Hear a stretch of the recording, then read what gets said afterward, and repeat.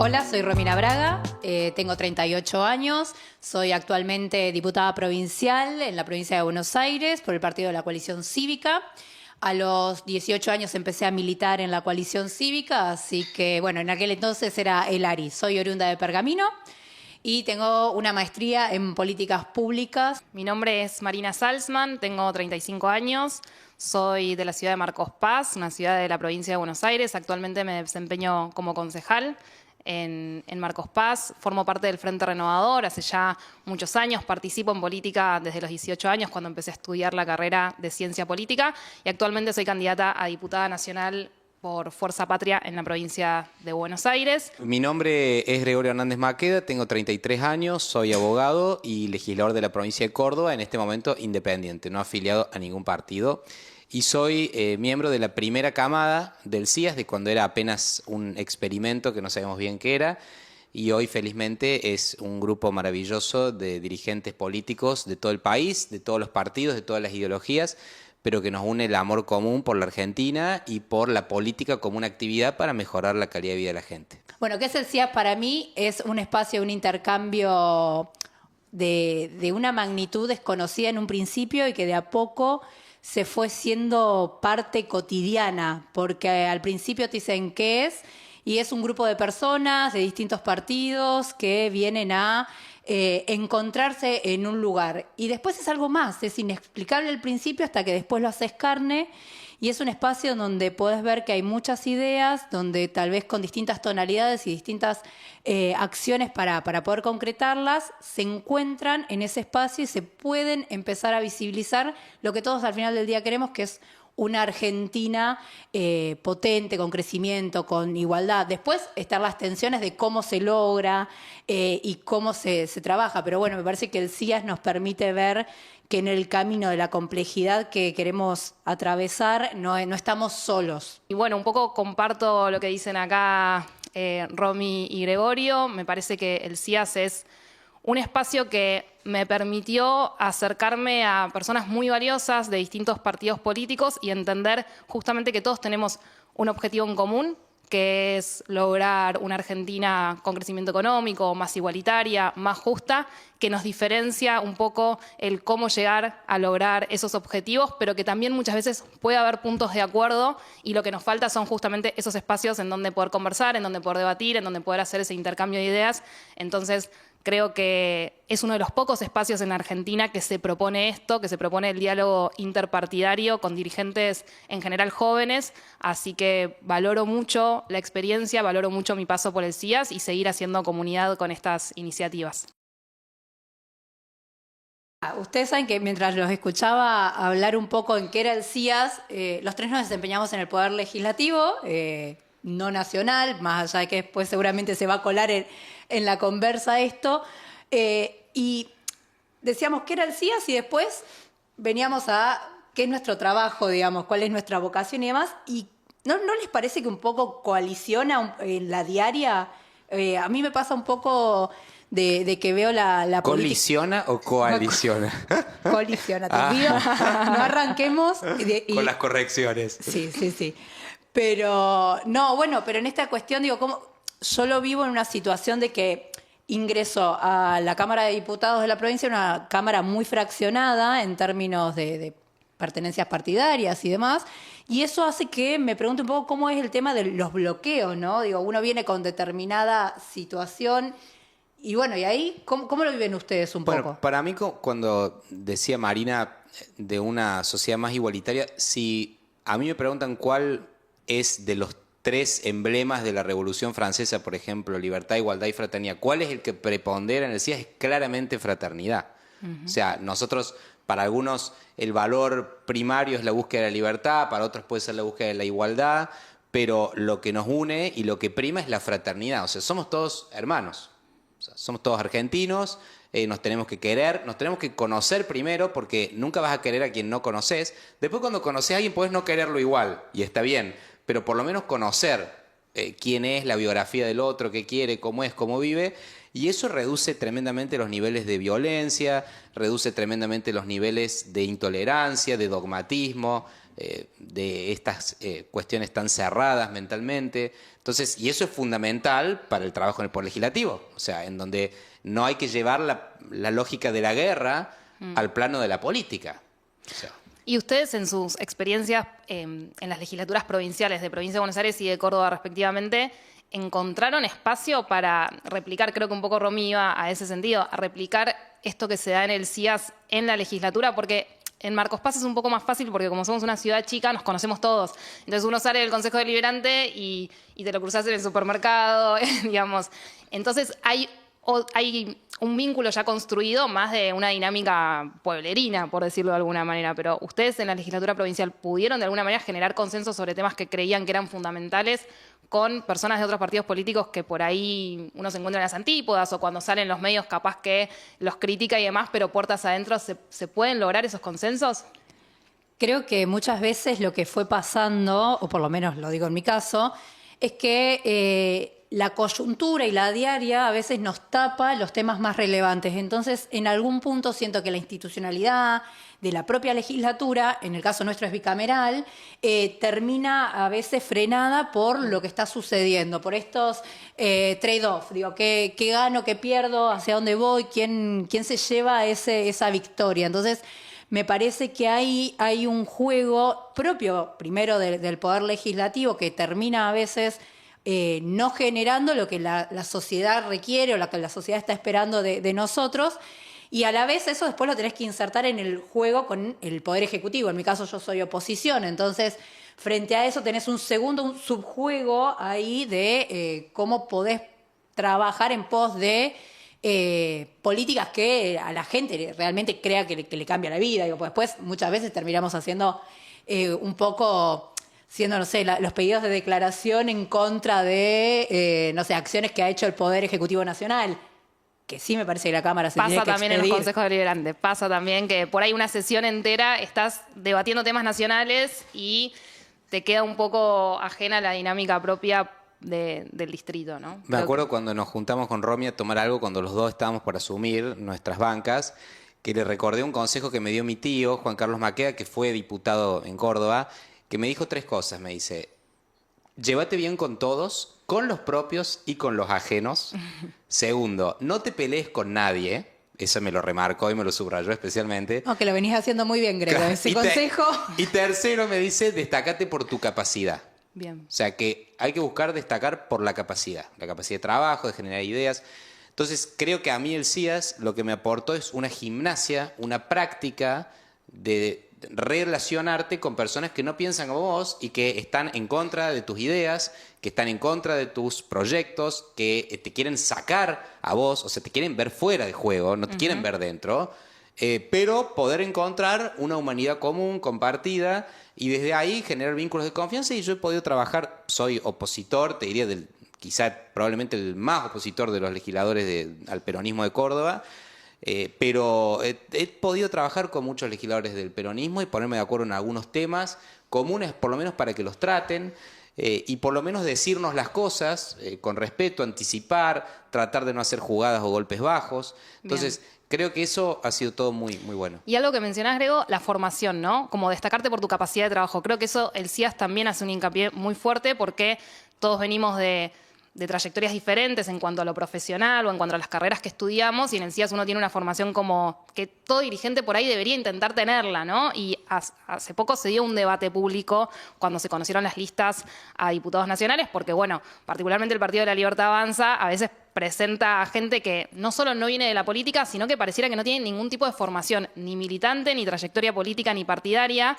Por supuesto que yo soy, al menos convencida, porque lo dice así la Constitución, digamos, o porque es así, que cualquiera puede llegar a la Cámara, no tenés que tener una formación de una carrera universitaria, pero sí creo que tenés que tener una predisposición para decir, bueno, llego y quiero estudiar los temas, quiero saber de qué se trata, me quiero empapar de esto, como un poco más de seriedad en ese sentido. Sí, no creo que es responsabilidad en el lugar que ocupamos. Digo, ¿cuántas Claro. personas llegan a los cargos de representación? Digo, cuando vos ves la cantidad de población, digo, cuánta gente quisiera, cuánta gente lo logra, la verdad que es muy poca, y la responsabilidad, y más cuando sos joven, es poder hacer tu trabajo lo mejor posible, entendiendo que tiene miles de dificultades y miles de acciones que todos los días vas aprendiendo. Digo, ninguno de nosotros es igual a cuando ingresó en el cargo, pero es verdad, un poco coincido con ustedes con el tema de la formación, porque también tu compañero, no importa de qué partido, te lo reconoce.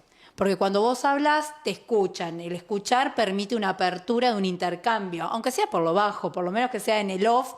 No es que nos van a venir a decir adentro del recinto, no, la verdad que lo que dice, no sé, el compañero Maqueda es relevante, pero sí nos permite cierta, no sé, porosidad en lo que hacemos. Te diría que para nuestra Constitución no puede acceder cualquiera a ningún cargo público, porque habla de la idoneidad. O sea, el artículo 16 dice expresamente que la idoneidad es el requisito para acceder a cualquier cargo público, no excluye los cargos electivos. Ahora, ¿cómo definimos la idoneidad? Ahí puede haber un debate. O sea, puede haber una idoneidad en términos de la representación, de cuál es el sector o cuáles son las ideas que vos las representás con claridad, que eso está muy bien, y no necesariamente por una formación académica desde lo formal. Exacto. No, coincido, porque si no sería una cuestión de representación elitista, digamos, claro, en tal ese cual, caso. Exactamente.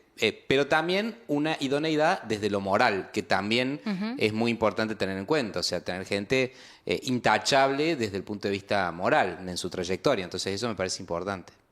¿Y alguna vez les pasó de haber presentado alguna propuesta de política pública que eso haya, no sé, tenido alguna incidencia? ¿O cómo ven en esa cuestión? Sí. Y me parece que lo de la formación es la clave, porque ahí está la calidad del servicio que vos le prestás a la sociedad. Porque en definitiva, lo que nunca hay que olvidar es que detrás de, bueno, ahora vos estás de candidata, estás en la fase agonal de la política, o sea, la lucha por el poder, pero después hay una parte en la que hay la fase arquitectónica, o sea, la construcción de políticas públicas y de impulsar, reformar, derogar, aprobar cuestiones que le mejoren la vida a la gente. Y ahí la formación es clave, porque si no, la gente después se queja del tema de los asesores. Digamos, los asesores sirven cuando tiene criterio y formación el legislador o el funcionario, porque los pones a trabajar en pos de objetivos. Si no, tampoco sirven los asesores. O sea, entonces ahí me parece que, es decir, la calidad del servicio que vos prestás a la sociedad pasa también por el nivel de tu formación, sin duda, por lo menos el impacto que eso tiene. Sí, en mi caso creo que en lo que tiene que ver con el Consejo Deliberante puntualmente, que a veces están como un poco vapuleados o bastardeados, ¿no? Porque se habla de que es la escribanía del intendente, pero para mí hay un rol muy importante del Consejo Deliberante en dos cosas. Digamos, hay 3 votaciones muy importantes en un Consejo Deliberante. El presupuesto, la impositiva fiscal, que es básicamente cuántos impuestos le vas a cobrar a los vecinos. Y la rendición de cuentas. Y la rendición de cuentas. Como esas 3 instancias son fundamentales, y personalmente siempre intenté hacer la mayor cantidad de aportes posibles. Por ejemplo, cuando llega el presupuesto, bueno, que sea un presupuesto que tenga metas claras, que tenga metas cuantificables, digamos, bueno, vas a destinar estos recursos para tales programas y cuál es tu objetivo, para que después en la rendición de cuentas podamos ver si eso efectivamente se cumplió, de qué manera, y en ese sentido me parece muy importante que todos los concejales puedan aportar eso en esa instancia, porque bueno, también es de alguna manera esto de los contrapesos, es una manera de generar un contrapeso con el Ejecutivo, hacer ese aporte. Igual dijiste algo que me interesó, que es, creen que es una escribanía, y creo que muchas veces los poderes legislativos pasan a creerse que son escribanías cuando obviamente detentan la mayoría de la fuerza oficialista. A mí nunca me tocó, o por lo menos en persona, estar en esa situación, pero me parece hay algo ahí que no sé si en el detrás de escena ocurre o qué idea tienen ustedes, si hacia adentro hay algunas tensiones reales para que esto no sea una escribanía, porque para mí lo peor que le puede pasar al Poder Legislativo es quedar bajo esa imagen, quedar como quien despacha simplemente, sin analizar, sin hacer una cuestión propia per se de las políticas públicas que manda el Ejecutivo, por ejemplo. Esto que decían antes de reducir a los poderes legislativos provinciales o municipales a comentarismo de la política nacional pasa también en Córdoba. O sea, por lo menos nosotros nos hemos opuesto siempre a traer el debate nacional a la realidad provincial. O sea, Córdoba tiene 237 años más que la República Argentina. O sea, tiene una suficiente historia como para debatir sus problemas. Y la nación argentina fue formada por las provincias argentinas, no al revés. No es que primero existió la Argentina y después delegó en las provincias algunas funciones. Entonces, para mí, lo número uno es jerarquizar los poderes legislativos municipales y provinciales. Es fundamental porque tenés un montón de frustrados diputados nacionales. O sea, eso es lo otro que vos ves. O sea, tenés frustrados diputados nacionales invadiendo los poderes provinciales y municipales del legislativo. Ahí y igual... no, hermano, como vos, si tenés el honor de ser diputado nacional, bueno, vas a poder hacer política nacional. Pero mientras tanto, tómate en serio tu trabajo local y tómate en serio tu trabajo provincial, que es un montón. Es un montón. Totalmente. Un pequeño contrapunto. Creo que hay cosas nacionales que amerita debatirlas a nivel provincial y a nivel local, pero por no un creo tema... que en el ámbito del recinto. O sea, yo creo que en los ámbitos partidarios o de los medios o universidades o debates públicos, pero en el recinto vos estás trabajando cuestiones locales que claramente la realidad nacional penetra. Impacta y mucho. Impacta un montón. No hay duda de que eso, la coparticipación, lo que reciben los municipios, lo que reciben las provincias, los fondos que se quita, que se pone, que se saca... Claramente es parte del debate. Ahora, hay que debatir temas del territorio particulares, siempre en un marco general que siempre está, me parece. Yo ahí creo que vos lo que tenés en los poderes legislativos es, para bien o para mal, digo, un abanico de personas que pertenecen a partidos políticos que de alguna manera tienen una lectura sobre la sociedad sobre la cual legislan, y frente a eso algunas cosas y apreciaciones tiene que decir el legislador. Para mí lo que no tiene que hacer es una sesión, por así decirlo, netamente de lo que hablábamos. Dedicada a eso. Pero sí. no es menor la expresión de quienes representamos en el recinto. ¿Por qué? Porque el recinto es lo que también nos permite ponernos, no por encima, pero sí ponernos en un espacio en donde lo que decimos tiene una implicancia mucho más fuerte.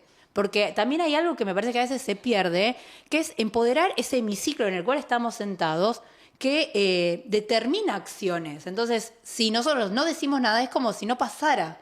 Y ahí, a mí hay una contradicción ahí entre... Sí, particularmente en este último tiempo se han trasladado muchos debates nacionales, por ejemplo, al Consejo Deliberante, pero porque claramente, no sé, la decisión de financiar el Hospital Garrahan, por ejemplo, bueno, yo te puedo hacer una lista así de chicos de Marcos Paz que se atienden en el Hospital Garrahan. Entonces, también hay un vínculo ahí con el electorado y con las personas que confiaron en vos y te dieron ese voto, que de alguna manera también están esperando que vos defiendas esas ideas en el recinto. Comparto igual 100% que hay que jerarquizar los debates locales y provinciales. Si el 90% de tu tiempo pasa por comentar, oponiéndote o aprobando realidades que te exceden, y no va, es como que no te gusta tu laburo. O sea... bueno, pero ahí un poco es como una cosa es el diseño institucional y también después está esto, las personas que llegan a esos lugares, ¿no? Como la impronta que le pueden llegar a poner. Como decíamos, bueno, hay un montón de diputados nacionales frustrados que vienen a la legislatura y quieren debatir temas.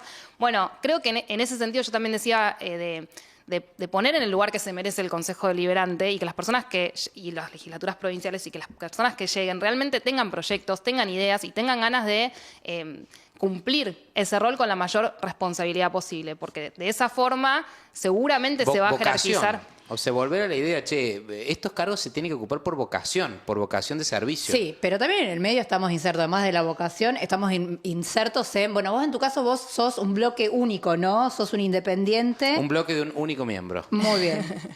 Pero en el caso, bueno, incluso siendo un bloque de un único miembro, nosotros estamos... Dentro de un interbloque. Bueno, es ahí... Que sigue existiendo Juntos por el Cambio. Paradójicamente, el único lugar donde existe todavía el interbloque de Juntos por el Cambio, pero formalmente... No, nosotros formalmente no tenemos la figura... legislatura de Córdoba, nosotros no tenemos la figura de interbloque en la legislatura, por lo menos en diputados. Y, bueno, iba un poco a esto, porque en el medio también, además de la vocación, de todo lo que venimos hablando, hay una acción política que tiene que ver con cómo se conforman las cámaras. Y eso, digo, a veces los números... hablan y hablan mucho, hablan también de cómo se va a dar esa sesión, cómo se va apoyando cuando está muy ajustado, qué puede pasar, digo, no sé, nosotros en nuestro caso somos 3 legisladores de la coalición cívica, y vos decís, bueno, 3 sobre 92, o bueno, el mismo tuyo, 1, esos números también importan, y yo creo que eso es importante también a la hora de hablar de cuán importante es la democracia. Yo el otro día veía una nota... como consecuencia de un estudio de Latinobarómetro con respecto a la creencia de los jóvenes respecto al sistema democrático, si era bueno o malo. Y muchos jóvenes no terminan creyendo en si es el mejor sistema, es 1 de cada 5, es un montón de jóvenes. Está en duda de si es el mejor sistema o no, el sistema democrático como tal, como lo conocemos. Argentina. Exacto. En verdad está hecho en toda América Latina, pero en Argentina daba ese número de 1 de cada 5, y eso también nos habla un poco de bueno, ¿qué?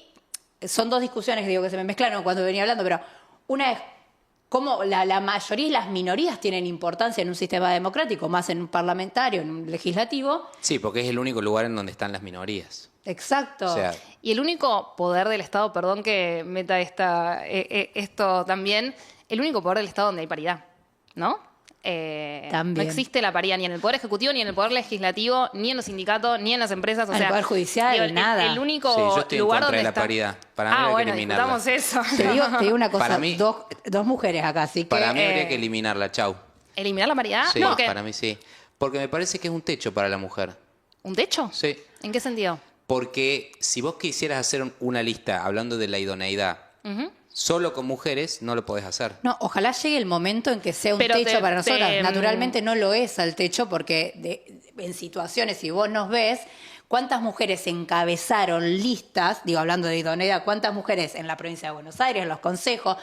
Las mujeres no estamos encabezando las listas no por falta de idoneidad, Yo lo sino que veo porque hay que una situación ya mucho más estructural de cómo se ha dado la política. Yo lo que veo en la realidad es que cuando se hace a las mujeres siempre se alude, esta es de tal, esta la puso tal, esta, o sea que no veo que la paridad No, de lo formal no me parece que sea haya así. contribuido No me parece que sea a así. empoderar o Soy- a La a historia de la reconocer a las historia de la mujeres. paridad igual viene... Antes de la paridad existió cupo la no ley me de parece cupo. mal. El cupo no. Pero vos sabés que el 30% Es como del los cupo mínimos, era sí, un pero mínimo.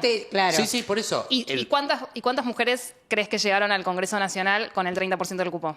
Y seguramente ese, pero a lo que voy, Sí. pero a lo que voy, yo Y bueno, pero el esa es la prueba el cupo en una explícita. etapa no me parecía mal, pero como todo subsidio tiene que tener un plazo. Y hoy ya van 2 generaciones al menos de mujeres que han podido estudiar, formarse, capacitarse, participar, hasta tienen más derechos hoy en día que los varones. No, no tenemos. Sepan Hasta tienen disculparnos. más ¿Cómo más derechos. derechos? Sí, hasta tienen más. Por ejemplo, ¿Cómo en cuál? el tema del aborto, la mujer puede decidir matar al chico y el varón no tiene nada que decir. Por ejemplo, la jubilación, se jubilan 5 años antes que el varón. O sea, hoy en día igualdad jurídica formal ante la ley no hay. No, entre yo creo el que varón y ahí la mujer. estás sometiendo estos temas a cuestiones Pero bueno, que son mucho más amplias. No quiero vamos a volver entrar a- a eso quiero porque volver no, al tema. no voy a vamos dejar a pasar, no voy a Quiero- dejar pasar todo este listadito de supuestos derechos que tenemos No, las es mujeres. Primero, jubilación. Es un error, más allá de que la edad jubilatoria de la ¿Por qué mujer se sea jubilan anterior, antes? solamente 1 de cada 12 mujeres se va a poder jubilar por moratoria. O sea, en edad de jubilarse solamente 1 de cada 12, mientras que para el caso de los varones no es así, porque No. los varones tienen acceso al mercado de trabajo de Exacto. otra manera que las mujeres, entonces tienen más aportes jubilatorios. Las mujeres que se están jubilando hoy, en su mayoría, como vos decís, no han estado tal vez con la posibilidad de tener educación, de poder acceder a un montón de situaciones que los varones por naturaleza, por su propia cuestión social, han accedido. A lo cual las mujeres han estado mucho más sometidas a las tareas del cuidado, han estado más a la informalidad, porque también hay que decir que muchas de las labores que han hecho las mujeres no las pudieron aplicar en términos de computar años para su... 75% de informalidad en el empleo doméstico, que es una de las principales salidas laborales de las mujeres. 75%. No es que no trabajan, es que quien tiene que hacerle los aportes a la seguridad social no se los No, hace. y ahí el Poder Legislativo tiene un rol súper importante para poder trabajar las grandes desigualdades o poder poner, por lo menos en Claro, una pero el mesa problema de es la discusión. pobreza. O sea, el problema es la pobreza. Y eso es lo que hay que Que está feminizada, Quiero la poner un pobreza. ejemplo. Para volver al tema anterior. Por ejemplo, ingresos brutos. Por ejemplo, el impuesto... Tema provincial, No, si lo sabe. claro, a eso quiero ir. Por ejemplo, en Córdoba está el ex gobernador Juan Schiaretti, que es candidato al Congreso, al igual que vos, pueden ser colegas.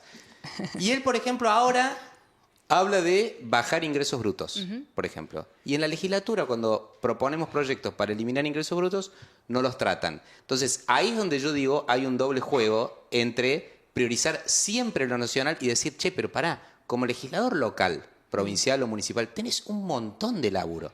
Las tasas municipales, el gasto municipal, los impuestos provinciales, el gasto provincial, como para estar comentando la realidad nacional. Bueno, pero ahí- ese es el tema. Claramente la Argentina es centralista y unitaria en la realidad y federal solo en lo formal. Entonces, por eso es que a todos nos interesan más estos debates nacionales o incluso mundiales. Yo conozco dirigentes políticos que saben el nombre de los senadores de Massachusetts y no saben el nombre de sus concejales locales.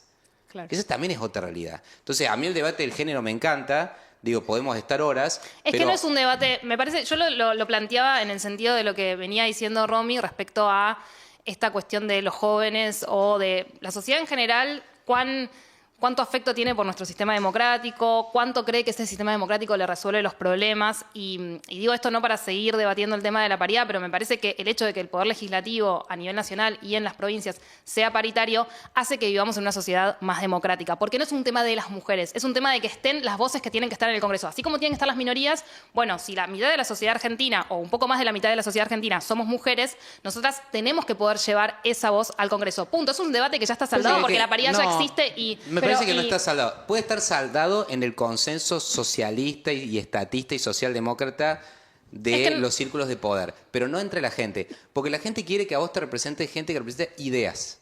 Ideas y valores. Y tus ideas y tus valores lo puede representar muy bien una mujer como un varón. No es que solamente una mujer va a poder representar muy bien de mujeres. tus ideas.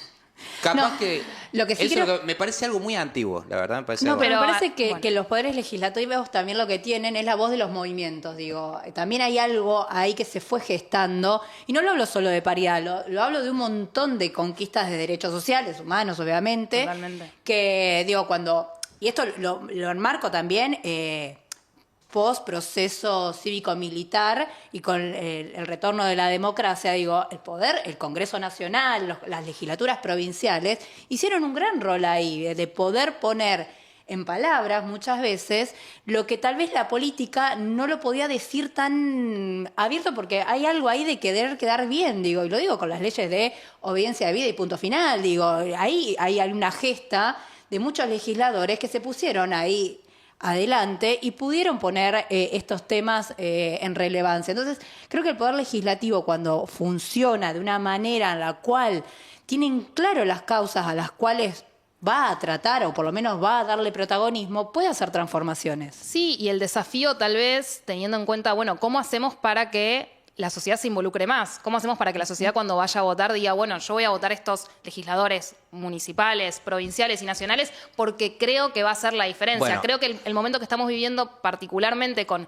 todas las movilizaciones que hubo de personas con discapacidad, de los jubilados, del financiamiento a las universidades públicas, me parece que también la legislatura justamente hay ahí todo el tiempo una tensión con lo que sucede a nivel social, de que escuchan lo que pasa en la calle y toman esos debates y los llevan al recinto. Creo que en todo caso se puede seguir fortaleciendo ese vínculo entre legislatura, sociedad, reclamos. De hecho, todos los temas, digamos, mencionaste la interrupción voluntaria del embarazo. Bueno, eso fue algo que toma el Congreso porque estaba el debate en la calle y por las sucesivas movilizaciones que hubo y por la lucha del movimiento feminista, pero como eso te puedo decir un montón de otras cosas que creo que, como dice Romy, particularmente el Congreso o las legislaturas tienen esa capacidad de ser permeadas por los debates que se van dando a nivel Marina, social. Te diría dos cosas.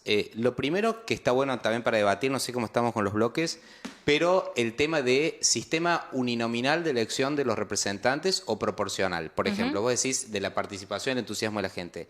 Yo creo que en un país con el sistema de partidos destruido, es muy difícil que las listas sábanas, famosas listas sábanas, de las cuales los tres, bueno, hemos ingresado en listas sábanas, sí, que las hacen los jefes políticos, partidarios, sean una forma de generar confianza con el elector, con el ciudadano, porque es más opaco el proceso en el cual cada persona termina, a diferencia del uninominal, en donde gana un líder que representa a una sociedad mayoritaria en un territorio. Entonces tiene una mayor implantación local, una mayor conexión con los problemas reales y concretos de los vecinos que viven ahí, que este es el modelo que inspiró al Parlamento en Inglaterra, en Estados Unidos, que nosotros lo tomamos. O sea, nosotros estamos muy lejos de ese modelo y yo eso estoy en contra. Respecto a lo que decís... ¿Vos te parece que el sistema uninominal sería superior al actual? Me parece mejor, más representativo. Y respecto al otro, no creo sinceramente que la legalización del aborto haya sido un reclamo de la sociedad. O sea, para mí son de pequeños grupos de élites, hablando de las élites, que querían una ley que en Argentina es a todas luces inconstitucional y nula. O sea, que el Congreso no tenía autoridad para ir en contra de la Constitución. Pero bueno, se hizo. ¿Pero no te parece que las movilizaciones masivas, no te parece que el reclamo de un sector de la sociedad, que es el que más lo sufre, que son las mujeres pobres, justamente por los abortos clandestinos? Claro, pero el problema era solucionar la pobreza. O sea, si vos no querés que mujeres con ese criterio aborten en condiciones infrahumanas, tenés que solucionar la pobreza. Eso es lo que yo pienso. Tenés que solucionar Yo la creo pobreza, que que hay- es el gran drama de la Argentina, desde mi Pero punto una de cosa vista. no quita la otra, La digo, pobreza. porque... En No, el porque mientras con tanto ese- que mueran las mujeres No, en es abortos que con ese clandestinos. criterio, no, protejamos también la vida de los chicos. Bueno, pero algo Entonces, estamos todos de ahí, acuerdo que de educación los sexual bebés. integral... Sí, bueno, no sé qué quiere, educación sexual integral, pero a lo que voy, yo creo que lo Que los fundamental... niños, niñas, el- adolescentes conozcan, sepan, Sí, está bien, digamos. tengan información certera para decidir sobre lo que quieren hacer, sobre lo que no quieren hacer. Pero bueno, Se descubrieron- número uno, eso tendría que estar anclado en la defensa del derecho a la vida. O sea, es la base de nuestro sistema, es la dignidad de la persona humana, lo dice la Constitución y los tratados internacionales, Convención de los Derechos del Niño, o sea, desde la concepción hasta la muerte natural. Y se Sí, entiende no- niño desde no- la no sé concepción si- hasta los 18 si- años. Si nos vamos irnos Pero con bueno, este debate, porque me parece que tenemos claro, es un posiciones tema muy que- encontradas, particularmente Siguiente bloque. yo creo en el derecho a la salud pública y que no tienen que morir mujeres pobres por abortos clandestinos, No, pero no, porque no más allá tienen de que lo ser que pobres. piense yo individualmente sobre el hecho de Bueno, realizar no una les pasa- interrupción del embarazo. Pero está bueno lo del debate del sistema uninominal o el Eso. sistema... Eso está bueno porque... no lo estudié del todo, pero sí en los países en donde existe ese sistema tienen otro tipo de problemas Sí, a ver, siempre bastante dice un importantes respecto del Tal lobby cual. que generan ciertos sectores que te financian individualmente la campaña, entonces Tal vos cual. después le debes no a tu partido, sino a quien puso la plata para que llegues a ser Tal legislador. cual. Un profesor mío dice, no hay sistema electoral perfecto. Siempre se trata de buscar el menos malo, digamos. Entonces no es que uno va a encontrar un sistema perfecto. Obvio. En Córdoba tenemos un sistema mixto, medio tramposo, pero mixto, porque de los 70 miembros de la legislatura, 26 son electos por departamento uninominal y 44 proporcional por toda la provincia, pero en el fondo todos van pegados a la boleta Claro. con voto lista completa con el gobernador, entonces en el fondo es una arrastra a la figura del candidato a gobernador y nadie mira los nombrecitos que están escritos ahí. Salvo que se decía ser... Salvo que se vuelva al sistema bicameral, algo que yo adhiero y estoy de acuerdo, y que haya una separación de los 26 por el departamento, de los 44 del distrito único. Me parece que es una combinación un poco mejor. Igual la discusión es un poco más compleja porque aparte estamos insertos en un sistema de partidos. Digo, Sí. Bueno, te puedes presentar Sí. como individuo a ser No, un es verdad. representante. Es verdad. Entonces, en el medio, a mí cuando hablamos de si es uninominal o no, digo, bueno, pero pará, yo en el medio soy parte, en mi caso, de la coalición cívica y deberíamos, digo, cada uno responder de alguna manera a los valores o premisas que te llevó a ese partido, a esa Tal cual. construcción colectiva. Entonces me parece que ahí hay una discusión, porque también, ¿qué pasa? Sí o sí deberías tener carisma, sí o sí deberías ser casi un caudillo para que alguien te vote uninominalmente. Esa mi pregunta es un poco también... Lo que pasa es que en los sistemas uninominales existen los partidos. No, yo no digo que- digamos, y son muy fuertes. O sea, vos ves cómo se organizan los demócratas en Estados Unidos. Cada uno fue electo por su circunscripción electoral, pero después llegan al Congreso y se juntan, incluso por grupos de afinidad o de interés también, y son un partido. Pero Sí, a mí lo que me resulta interesante de eso es la cercanía del legislador con Eso sí. la eso comunidad. es fundamental. Porque Eso si me no, resulta interesante. la política es con realidad más que con fanatismo de líderes o de ideas. O sea, la política es realidad. ¿Cuál es la realidad concreta que sufren tus vecinos? Y eso para mí es lo que más acerca al pueblo, a sus instituciones representativas. Bueno, pero vos eso decías no te hace lo un da rato- una lista uninominal, digo. No, no, Pero la totalmente, la militancia, el totalmente. compromiso político te da la cercanía, porque si no estaríamos diciendo A que veces hoy- no, a Bueno, veces no. ¿cómo Ahí puedes- me parece que puede ser. A veces no. Vos mencionabas, bueno, una crisis del sistema de partidos. Sí, yo ¿no? por ejemplo en este me momento. desafilié de mi partido de 15 años, por ejemplo. Sí, acá voy a venir a hacer el reclamo, Grego, la banca esa. Bueno, en nuestro si- bueno, Claro, claro. Pero en nuestro sistema, fíjate vos, que la banca no es del partido. La banca Es es de de la las persona. personas. ¿Por qué? Porque se considera que al momento de la lista, la alianza o el partido, en el caso mío fue una alianza, cuando te convocan, toman en cuenta una serie de características personales que van más allá de la afiliación o la pertenencia a un partido, que es parte fundamental, pero que vos entrás con una historia y que también tenés que representar esa historia y esos principios que muchas veces pueden entrar en colisión No, con lo que ahí- O define sea, tu para partido. aclarar, vos estabas en la coalición cívica y cuando 15 años. estabas como 15. legislador tuviste una discusión política y 15 años. Me desafilié. Te desafiliaste. Me desafilié. Y armaste tu banca Yo independiente. ahí creo No, que la banca... yo ya era una banca unipersonal. Sí, y, eso es y verdad. me desafilié. ¿Cuál fue la discusión, La discusión principal fue de la un bloque desafiliación? que mi partido hizo un bloque con el peronismo de Córdoba y yo soy oposición al peronismo de Córdoba. Ah. Lo fundamental Con fue eso. Yarlora. Con Yarlora, claro. Lo fundamental fue eso, porque después el grado de adhesión o de apoyo a Milei estaba en discusión en un principio. Para mí no podíamos ser menos oficialistas de lo que habíamos sido con Macri, en el caso de Milei, pero era algo que estaba en discusión. Ahora, lo que no estaba en discusión para mí, que era una línea roja no negociable, era el peronismo de Córdoba. Yo ahí creo que hay dos discusiones que se dieron. Una que no la quiero dejar, para mí las bancas está en discusión si son de las personas, porque en algún punto vos entras en una lista sábana de una alianza. De hecho, si yo renunciara, no es que asume a alguien de mi partido, no, sino que tampoco. asume, en el caso... Asumiría un radical. En el caso mío asumiría Entonces, un radical. la banca hoy es del grupo político al cual vos... La alianza, de la alianza el partido, lo que Hay sea. otros partidos, pero no la izquierda o Encuentro Vecinal, otros partidos que ellos si se van o se desafilian, ahí sí le pueden exigir la banca porque podría asumir otro del mismo partido, del mismo partido que asumió. No es el caso nuestro. O sea, no es el caso nuestro. De todos modos, una discusión eterna. A ver, hay modelos como en Alemania de partidos más burocráticos en donde el individuo casi no importa, importa solamente el partido.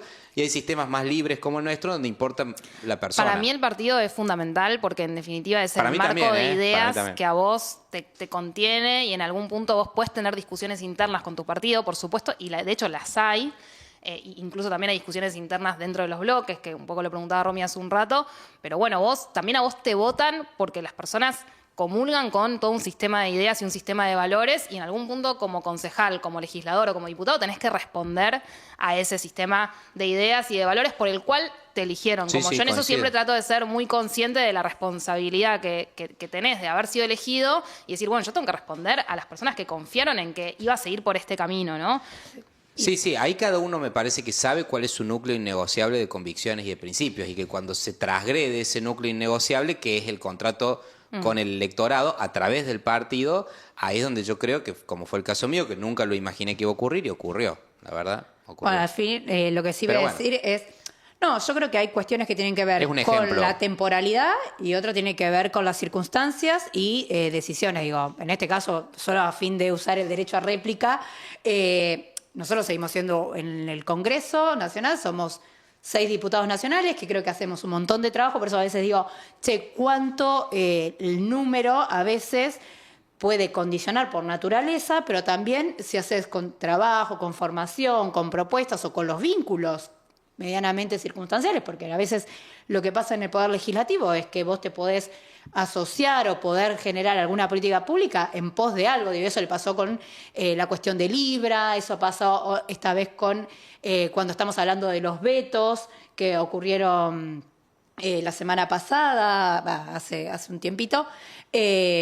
Creo que ahí hay algo que también te habilita el Poder Legislativo. Digo, no es traición o muerte, sino que son circunstancias que el mismo poder lo permite. Ahora, ¿qué pasa con esto que está pasando ahora en Argentina respecto de, bueno, desde el Congreso de la Nación nos ponemos de acuerdo con que tiene que haber financiamiento para las universidades públicas, para el Hospital Garrahan, para las personas con discapacidad, el presidente veta, el Congreso rechaza los vetos, digo, es algo bastante inusual. Sí, nunca había ocurrido. Esto que está sucediendo, y ahora pasó con la ley de emergencia en discapacidad, que el presidente la promulga, pero dice, ustedes no me dijeron de dónde sacar la plata, no sé, hasta que no me digan. Un presidente que está gobernando sin presupuesto, ¿no? Porque decidió Por no segundo enviar año. presupuesto al Congreso. En realidad, Marina, no hay presupuesto desde época de Alberto Fernández. O sea, la prórroga del presupuesto viene desde la época de Alberto Fernández, que tenía una mayoría importante en el Congreso y no logró aprobar el presupuesto en el último año de su gobierno, cuando Sergio Massa era ministro de Economía y candidato a presidente. Y me parece que... Pero se envió el presupuesto. Claro, pero para debatir. pero lo mismo lo envió Milei, ¿eh?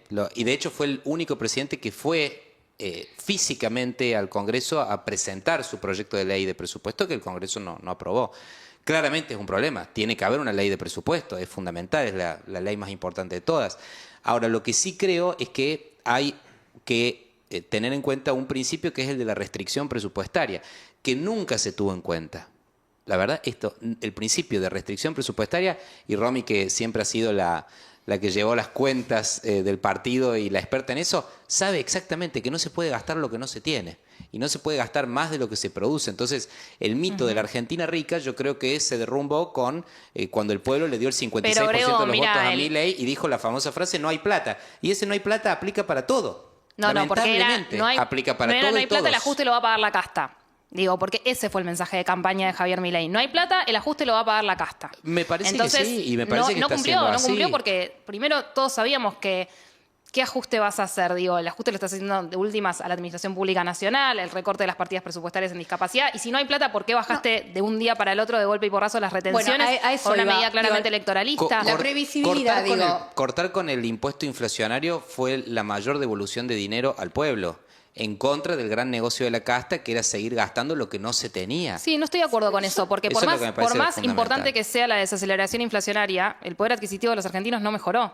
Digo, por eso fue la derrota del 7 de sí, septiembre sí ha en las mejorado, urnas. sí ha mejorado. No llegó a noviembre a los niveles Se ha del noviembre del mejorado. 2023. Lo que pasa es que hay que hacer un ejercicio de explicar de a qué hiperinflación íbamos si seguía el plan platita de Sergio Massa. Entonces, ahí hay que hacer un ejercicio que es difícil a veces de demostrar porque no ocurrió. No Pero, ocurrió Grego, porque se aplicaron políticas que lo impidieron. Pero lo que no Pero está para, ocurriendo... Perdón, Romy. no, sí. digo, pero Grego, en algún punto, para volver a no estar tan en la contemporaneidad, coyuntura. en la coyuntura, lo que digo es, vos tenías un primer año del presidente Milei con determinado apoyo o no, o una relación un poco más amena con los gobernadores. Lo que pasa es Ahora, que los no, gobernadores esto no chupan está las medias cuando el presidente, Bueno, pero- digamos, y ahí el Poder Legislativo tiene actúa. imagen alta y después cuando la imagen empieza a bajar un poco se empiezan a hacer los Pero malos. ¿no crees que hay una falta de trato entre el Poder Ejecutivo Nacional, los gobernadores, y cómo también le responde el Poder Legislativo frente a eso? Sí, yo creo en el diálogo, digamos, creo en el diálogo político, es fundamental. Creo en el diálogo político, creo en que todo proceso político, por más revolucionario que haya sido o vertiginoso que haya sido el ascenso de Milei al poder, se tiene que ordenar y se tiene que institucionalizar.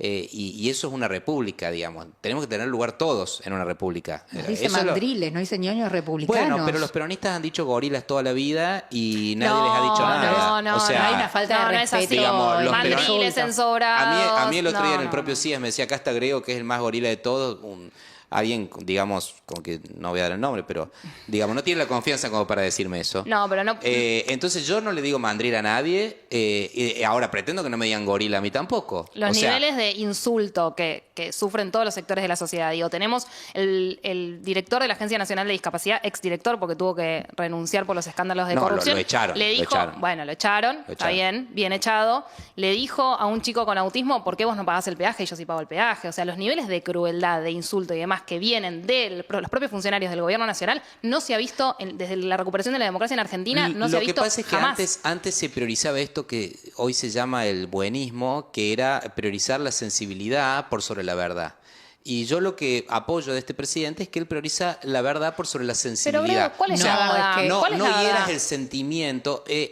Vos hablás de pero pará, recursos. Ian es un chico con discapacidad, pero es un militante kirchnerista. Él y su familia. No es un militante Sí, sí, kirchnerista. son militantes No, kirchneristas. Yo creo que hay algo Entonces, que bueno, vos no podés se ha odiar al reunido otro. con gente de distintos No puedes partidos odiar al políticos. otro. El otro tiene una percepción propia que no puede ser anulada. Y acá lo que vos ves es que la crueldad con la cual se dirige hacia cualquier persona que piensa distinto o que incluso tiene una mirada constructiva desde otro lado, pero digo, es negada en la descalificación. Entonces me parece que eso después se lleva al recinto. Nosotros estuvimos viendo en el Poder Legislativo, en el Congreso Nacional, que era un circo. Era una murga descoordinada. Nosotros ahí hay que hacer una crítica también de cómo la política percibe esa crueldad también. Se hace eco. Si fuese kirchnerista no tiene derecho igual a sus derechos como persona con No, sí, discapacidad, pero, digo, porque... pero también tiene derecho el complica. presidente a contestarle. Porque A él tiene decirle que no tiene derecho a tener porque- acceso a No, lo que le corresponde. Tiene derecho a contestar como hace con los periodistas, que está lleno de periodistas que en el fondo son militantes políticos, pero que se escudan detrás de un supuesto fuero que tiene la verticalidad de que ellos hablan desde arriba y que vos no les puedes contestar. Eso se terminó. Pero estamos Eso, hablando la de un chico con impunidad, discapacidad. Claro, Chico- pero es lo bueno, mismo, vale, digamos. no es Porque tiene verdad. discapacidad no se le puede contestar, ¿no? Debería ser, sin ninguna duda. O sea, debería ser la casa básica del diálogo para construir los consensos. O sea, lo que pienso es que no se puede estar en la lucha por el poder permanente. O O sea, hay que salir en algún momento de la lucha por el poder y buscar la construcción de consensos para impulsar políticas que mejoren la vida de la gente, porque si no hay consensos, la política no dura en el tiempo. Entonces, ya hemos vivido que cíclicamente la Argentina va de un extremo del péndulo al otro con cuestiones que deberían quedar saldadas. Entonces, sin ninguna duda que hay que tener capacidad para no descalificarse, sí refutar las ideas, contestar, no descalificar la persona, eso coincido. No hay que descalificar nunca a la persona ni atacar personalmente, no hay que cruzar esos límites desde ningún lado, digo. Pero en algún momento sí, o sea, en algún momento se debería debatir y acordar. A mí me hace un poco de ruido, debería. Sí, el problema es que muchas veces las legislaturas son el espejo de lo que sucede en la política partidaria. Entonces, cuando hacia adentro hay internas que no se resuelven, el Poder Legislativo no habla ni siquiera entre sus propias fuerzas. Cuando las peleas se dan entre quién tiene, entre lo nacional y lo provincial, yo lo digo a nivel provincia de Buenos Aires, a veces el gobernador Axel Kicillof termina peleándose casi siempre con Milei y la legislatura no resuelve los problemas. Y eso se vuelve a quedar como en un juego de suma cero. Entonces, ¿es la de los consensos? Sí, debería ser por excelencia el espacio de los consensos y las construcciones de políticas públicas a largo plazo. Pero después, ¿qué sucede? Que nuevamente nos quedamos en si es beneficio o no de alguna discusión política coyuntural, si genera alguna cuestión que beneficia o no a otro poder o a otra acción. Entonces, debería sí. Yo creo que estamos muy lejos hoy de poder ser la arena en donde se debate y se construya. Si no, digo, no entiendo por qué no estamos pudiendo hacer, no sé, en la legislatura provincial, la ley de ciberludopatía, si no podemos hacer leyes que... ¿Cuánto hace que en sus legislaturas, en el Consejo, no sacan una ley de manera, no sé si unánime, pero transversal de un tema que realmente importe? Ahí para mí está el problema. Cuando volvamos a tener algunas de estas cuestiones, la política habrá subsanado su herida desde hace más de, no sé, digo, por lo pronto desde el 2023 que un outsider viene y llega al poder, digo. Sí, yo creo que efectivamente el ámbito legislativo puede ser un ámbito de consensos. Creo que en muchas ocasiones lo es, más allá de estas dificultades que menciona Romy con las que coincido, que muchas veces la política coyuntural se termina como metiendo en la dinámica del poder legislativo y eso puede llegar a embarrar un poco las cosas, pero bueno, insisto con que, por ejemplo, lo que pasó estas semanas recientemente en el Congreso respecto de que salgan los rechazos a los vetos, o mejor dicho, el apoyo a ciertas leyes muy fundamentales, como la ley de financiamiento universitario, por ejemplo, bueno, hay un consenso en la Argentina, la educación pública se financia, el presupuesto tiene que estar, digo, y ahí vuelvo a la discusión, bueno, no hay plata, pero sí hay plata para otras cosas, digamos, la ley de emergencia en discapacidad es el 0,26% del PBI, y eso solo se llevó en 2 meses la política de tasas altas del gobierno de Milei, entonces los recursos están, el tema es para dónde priorizarlos. Y retomando la pregunta, me parece que justamente lo que venimos charlando, ¿no? De cómo el diálogo que puede haber entre el Poder Legislativo y la sociedad. Bueno, me parece que es mucho más permeable el Poder Legislativo a veces de ese diálogo con la sociedad. Creo de todas formas de que hay mucho para mejorar, en el sentido de que como para llegar a un consenso, me parece que los tres estamos de acuerdo en que los legisladores tenemos que estar más cerca de la sociedad que tenemos que representar, porque es una sociedad representativa, digamos, es una democracia representativa, entonces tenemos que buscar maneras de estar más cerca. Creo que eso es lo que nos reclama la gente. Bueno, está bien, vos me representás, pero estás debatiendo los problemas que me interesan a mí, o sea, estás buscando maneras de solucionar los problemas estructurales de la Argentina o de mi comunidad o de mi provincia. Entonces hay que buscar la manera de que todos los legisladores de los distintos partidos podamos tener mayor cercanía. Una discusión puede ser el sistema de representación, por ahí yo no estoy de acuerdo con eso, pero digo, pueden haber diferentes formas de lograr estar más cerca, justamente para que no pase lo que decía Romy, de que de pronto 1 de cada 5 jóvenes de Latinoamérica piensa que el sistema democrático representativo no funciona o no le resuelve los problemas. Bueno, hay veces que los partidos te alejan de la sociedad. O sea, hay veces que los partidos justamente se cierran sobre sí mismos, se oligarquizan, incluso la propia Lilita era diputada por el radicalismo y se fue del radicalismo y fundó su propio partido, por ejemplo, y después se desafilió de la coalición cívica. A veces los partidos tienden a volverse oligarquías cerradas y que te alejan de la sociedad, entonces ese es un ejercicio de renovación permanente. Y a veces también yo diría que hay 3 democracias en América Latina que son ejemplares, que son Uruguay, Chile y Costa Rica. En Uruguay, el expresidente Lacalle Pou, cuando tenía un proyecto de reforma previsional que era muy importante, fue físicamente a la sede del Frente Amplio, o sea, del partido, a llevar su propuesta justamente para tratar de alcanzar un consenso. Entonces, ahí es donde yo digo, también hay que aprender, no quizá de Suiza, de Suecia, de Nueva Zelanda, de Australia, o sea, de todos los países que todos admiramos, que son los países con más libertad económica y con más transparencia, son los más desarrollados, los más prósperos de todos. Y quiero sumar algo. Pero digamos, aprendamos de nuestros vecinos. Nosotros con Romy estuvimos con el CIAS este año en un viaje espectacular en Chile, y nos reunimos con todos los candidatos a presidente, con los senadores, los diputados, el gobernador de la región de Santiago.